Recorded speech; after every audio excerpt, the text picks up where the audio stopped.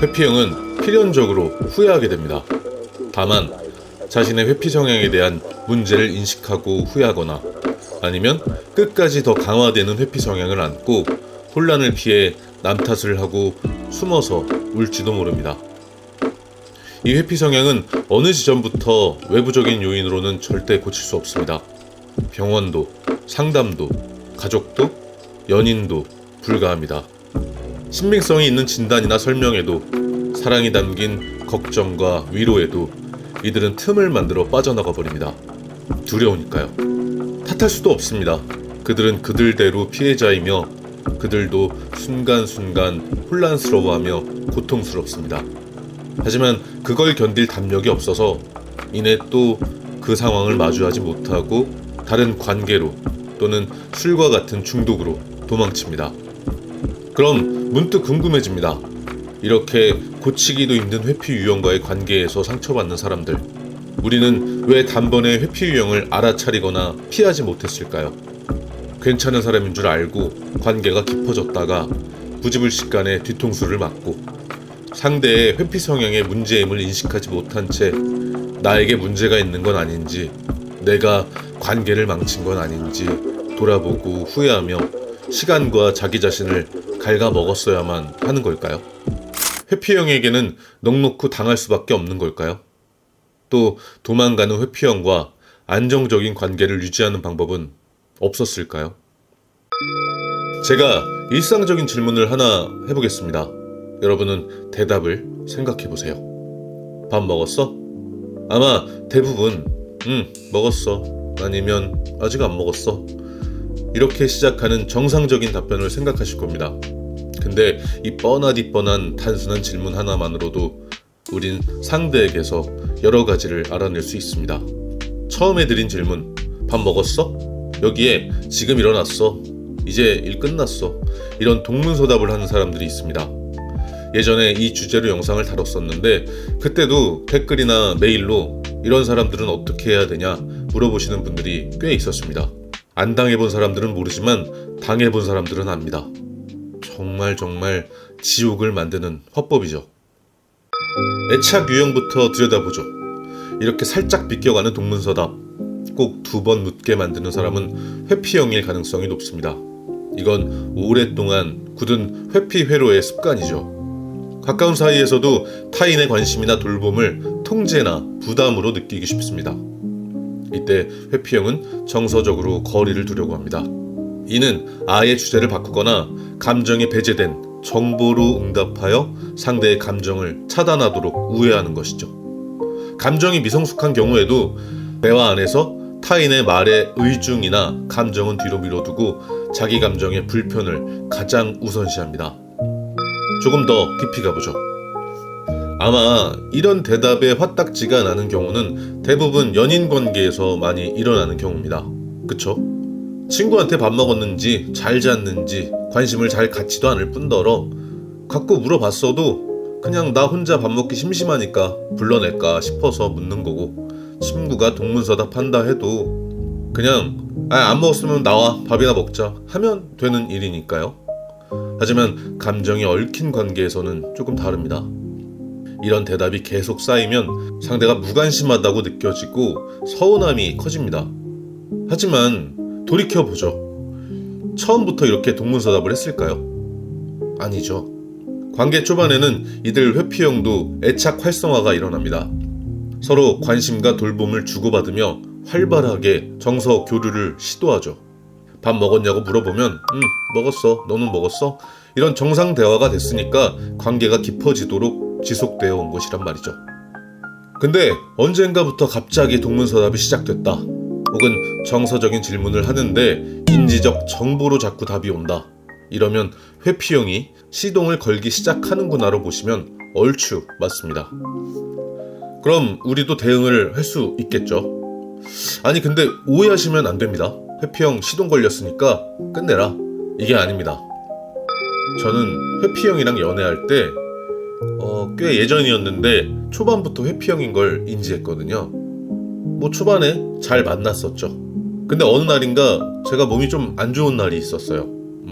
면역력이 떨어져서 그렇다. 비타민 D 종류를 좀 먹으면 괜찮아질 거다라는 얘기를 들었습니다. 연락을 주고받다가 오후쯤에 그 친구가 되게 건조하게 몸이 아직도 안 좋냐 묻더라고요. 이러저러해서 면역력이 좀 부족했던 것 같다. 비타민 D를 먹으라고 하더라. 그러면서 메시지를 보내고 있었는데 제 답변에 띡하고 카카오톡 선물하기 그걸로 비타민 D를 보내더라고요. 통상적으로는 괜찮냐, 뭐 요즘 몸이 안 좋냐, 뭐 이렇게 정서적인 이야기가 오고 가잖아요. 근데 약을 띡 보내오고 대꾸가 없으니까 저도 벙찌고 뭐 고맙긴 한데 고맙다는 말밖에 달리 할 이야기가 없는 되게 단절되는 느낌이 들더라고요. 그래서 그때 얘가 시동이 걸렸네 생각을 했죠. 이때 우리는 회피형의 단절에 알맞게 대응할 필요가 있는데요. 되게 많은 사람들이 이 상황에서 밀당을 하다가 관계를 아예 작살내버리곤 하죠. 하지만 회피형은 그걸 위험 신호로 인식합니다. 그들에겐 자극이 아닌 안정감을 줘야 하는 것이죠. 일단 저는 감정의 강도를 일정하게 유지하려고 했어요. 이게 무슨 말이냐면요. 나는 여전히 너한테 마음이 있지만 감정적으로 너를 압박하지 않는다는 걸 느끼게 해줘야 했습니다.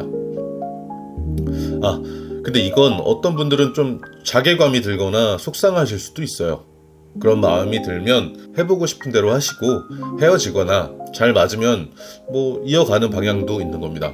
저는 그냥 방법론적인 이야기를 드리는 겁니다. 항상 이야기하지만 내가 상처받는다면 일단 멈춰야 합니다. 상대의 마음에 들기 위해서 내가 희생되어서는 절대 안 됩니다.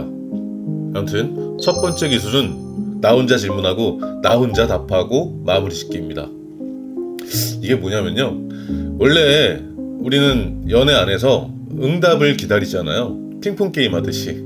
근데 회피형이 지금 시동이 걸렸다 싶으면 나 혼자 말하고 나 혼자 대답해야 합니다. 예를 들면 이런 거예요. 연락이 하루 종일 뜸한 상황에서 오늘 바빴나 보네. 나도 오늘 하루 종일 정신없었어. 푹 쉬고 내일 연락하자 하고 연결은 유지하되 감정 강요 없이 끊어주면 회피형은 심리적 안정감을 느낍니다. 두 번째는 감정적으로 자율권을 주는 거예요. 방치를 해야 한다는 게 아니라 너의 공간과 시간, 감정을 존중하고 나는 여전히 관계 안에 있다는 메시지를 주는 겁니다. 계속 연락이 드문드문하면 야 요즘 회사가 엄청 바쁜가 보네. 야 그래도 뜬금없이 답장 오면 기분 좋다. 이 정도로만 던져놓는 거죠. 그리고 마지막으로 세 번째는 행동으로 보여주는 겁니다. 회피형은 감정 표현을 잘하면 되려 도망가고 일관된 행동을 보여주면 안정감을 얻습니다. 그래서 내가 너 얼마나 좋아하는데 뭐 이런 식은 되려 부담을 느끼고 자기가 문제가 있다, 책임이 있다고 느껴버리기 때문에 그런 표현이나 시도 때도 없는 연락 폭탄보다는 아침, 점심, 저녁 일정한 시간, 일정한 패턴으로 아침에 출근 잘해, 점심에 밥 맛있게 먹어, 저녁에 퇴근 잘했냐, 잘 자라 정도의 변함없는 태도를 보여주면 회피형은 안전하구나, 지금 저 사람이 나한테 기대거나 화가 났거나 기분이 안 좋거나 내가 도망칠 상황이 아니구나 이렇게 인지를 한다는 것이죠. 다시 말하면 회피형에게 최고의 애정 표현은 너를 너무너무 사랑해라는 말이 아니라 변함없는 그 태도가 최고의 감정 표현이라는 것이죠. 그럼 반대로 회피형들에게 쥐약도 한번 알아볼까요? 이를테면 이런 겁니다. 왜 말투가 달라졌어? 너 나한테 이제 마음 식은 거야? 이러면 통제 불안을 더 자극해 더 멀어져 버립니다. 도망가 버려요. 진짜. 아니면 이런 분들도 있어요. 어쭈 너 이렇게 나오시겠다? 나도 밀당 좀 하는 사람이야. 이거 왜 이래? 하면서 일부러 연락을 끊는다던가 질투심을 유도한다거나 이런 식으로 가면 이게 불안형한테는 먹히죠. 하지만 회피형은 아예 단절해버리는 쪽으로 치우쳐버립니다. 또 마지막 세 번째, 이건 좀 의외라고 생각하실 수 있는데요. 뭐 이런 거 있죠. 나는 헌신적이다 이런 느낌. 난 다 이해해, 다 괜찮아, 너 편할 때까지 난 여기서 기다리고 있을게, 언제든 네 마음이 내키면 나의 품에 안겨. 이런 거 아주 쥐약입니다. 이건 표면적으로 배려 맞잖아요. 맞지만 회피형은 관계에 책임을 져라 이런 압박으로 들린다는 겁니다. 결국 회피형을 다루는 법은 상대를 통제하는 게 아니라 내 감정이 흔들리지 않게 단단히 세우는 법입니다. 그래서 저는 어떻게 됐는지 궁금하시죠? 저는 그렇게 적당한 거리에서 일정한 패턴으로 조용히 안정감을 주면서 기다렸어요. 회피형 친구는 관계에서 감정의 과부하가 줄어들면서 다시 좀 정서적으로 정상화가 되었죠. 좀 관계가 회복되고 너랑 있는 게 제일 편안하다, 좋다 얘기를 하면서 사실 최근에 마음이 좀 뒤숭숭했었다 이런 이야기도 하더라고요. 제가 만약에 불안해하거나 분노를 했다면 그 친구는 그걸 위험 신호로 받아서 더 아예 도망쳐 버렸을 겁니다. 그럼 지금도 잘 만나고 있냐? 이렇게 물어보시면 그건 아니고요. 끝난 지는 오래됐습니다. 근데 관계에 있어서 그 친구의 회피 성향이 직접적인 문제는 아니었어요.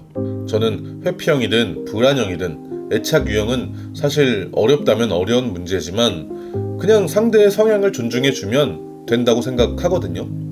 지난 회피형 영상에서도 이야기했었는데 사람을 동물에 비유하는 게 맞는지는 모르겠지만 강아지 같은 불안형한테 도도하고 뭔가 조심스러운 고양이 같은 매력을 바라는 게 어쩌면 폭력이듯이 고양이 같은 회피형에게 강아지같이 들러붙고 집착하고 앵기고 계속 확인받으려는 표현을 바라는 것도 정서적 폭력이 아닐까 생각합니다.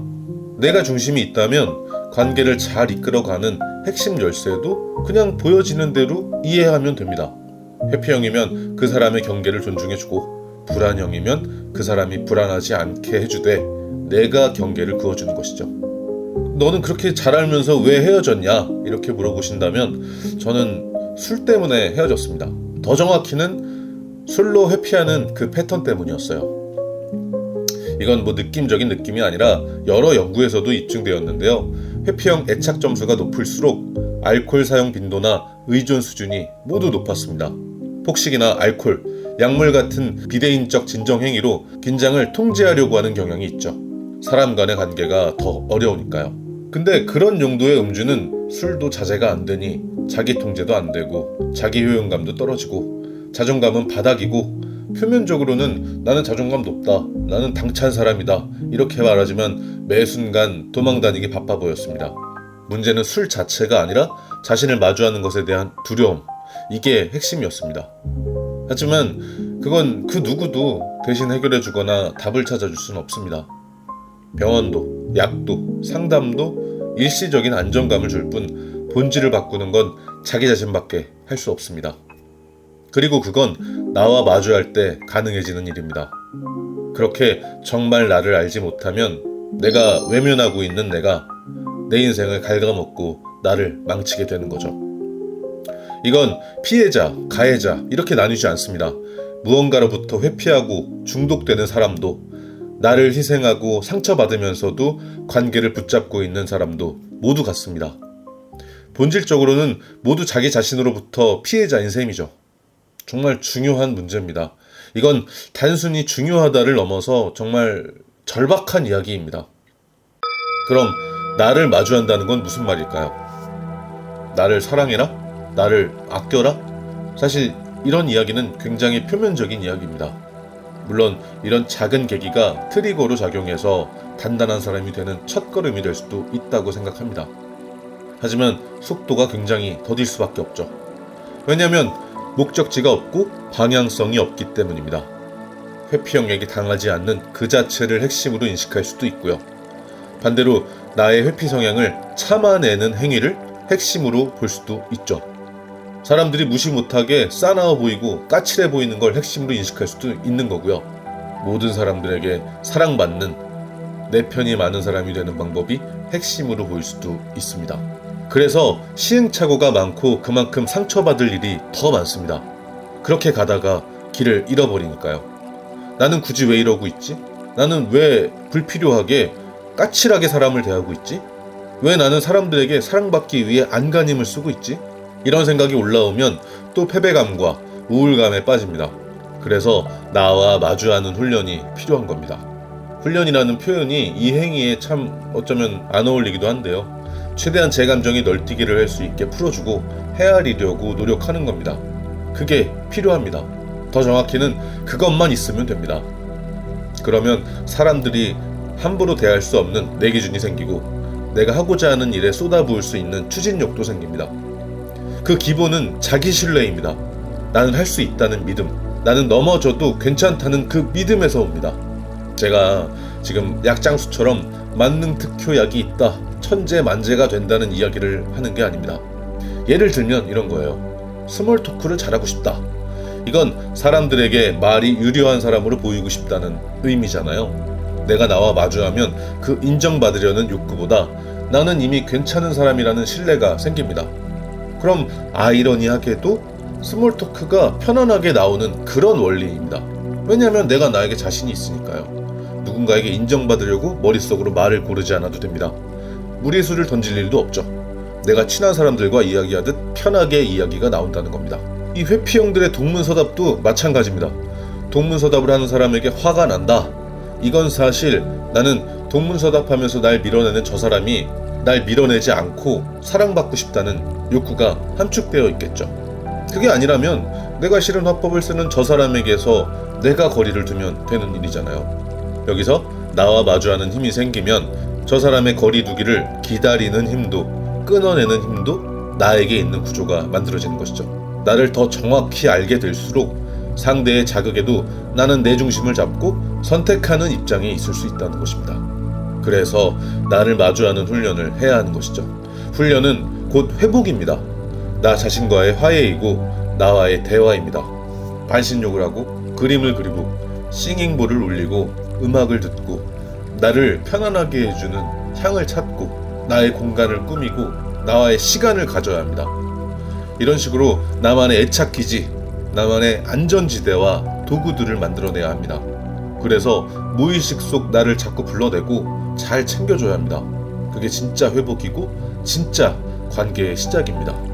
나를 마주해내는 훈련이 궁금하시다면 제가 지난 영상에 그 훈련법을 설명해 놓았거든요. 그 영상 링크를 고정 댓글에 올려두겠습니다. 필요하신 분들은 꼭 보시길 바랍니다. 회피형 당사자도 회피형에게 피해받은 여러분들도 보시면 후회하시지 않을 겁니다. 꼭 나와의 대화를 시작해보세요. 네, 이번 영상은 여기까지입니다. 저는 다음 영상으로 다시 찾아뵙겠습니다. 구독 부탁드리면서 저는 이만 가보겠습니다. 항상 응원하겠습니다. 감사합니다. 안녕히 계세요.